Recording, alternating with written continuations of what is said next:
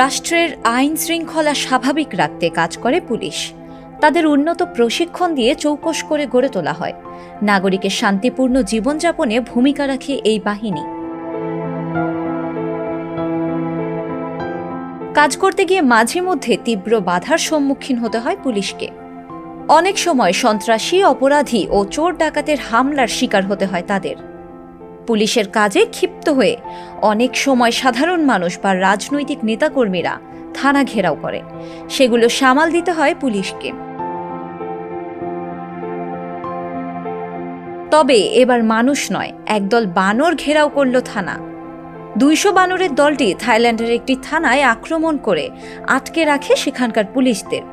বানরদের ভয়ে থানার দরজা জানালা বন্ধ করে দিতে হয়। বেশ কয়েক ঘন্টা আটকে থাকার পর অবরুদ্ধ পুলিশ সদস্যদের উদ্ধারে এগিয়ে আসে অন্য বাহিনী। থাইল্যান্ডের মধ্যাঞ্চলের প্রদেশের রাজধানী লপবুরিতে গত শনিবার এমনই এক ঘটনা ঘটেছে।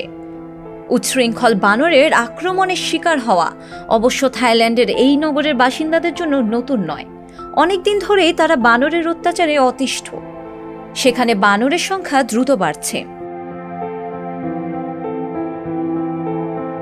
পুলিশের ক্যাপ্টেন সোমচাই সিদি সোমবার এএফপিকে বলেন, খাবারের খোঁজে বানরের দল থানার ভেতর ঢোকার চেষ্টা করছিল। তাদের আটকাতে আমরা ভবনের সব দরজা জানালা বন্ধ করে দিতে বাধ্য হয়েছি। এই পুলিশ কর্মকর্তার ভয় ছিল বানরের দল ভবনের ভেতর ঢুকে তাণ্ডব চালাতে পারে, তছনছ করতে পারে নথিপত্র সহ পুলিশ স্টেশনে থাকা জিনিসপত্র। প্রায় 5 থেকে 6 ঘন্টা আটকে থাকার পর বানর তাড়াতে অন্যান্য বাহিনীর সদস্যদের পুলিশ স্টেশনে ডেকে আনতে হয়।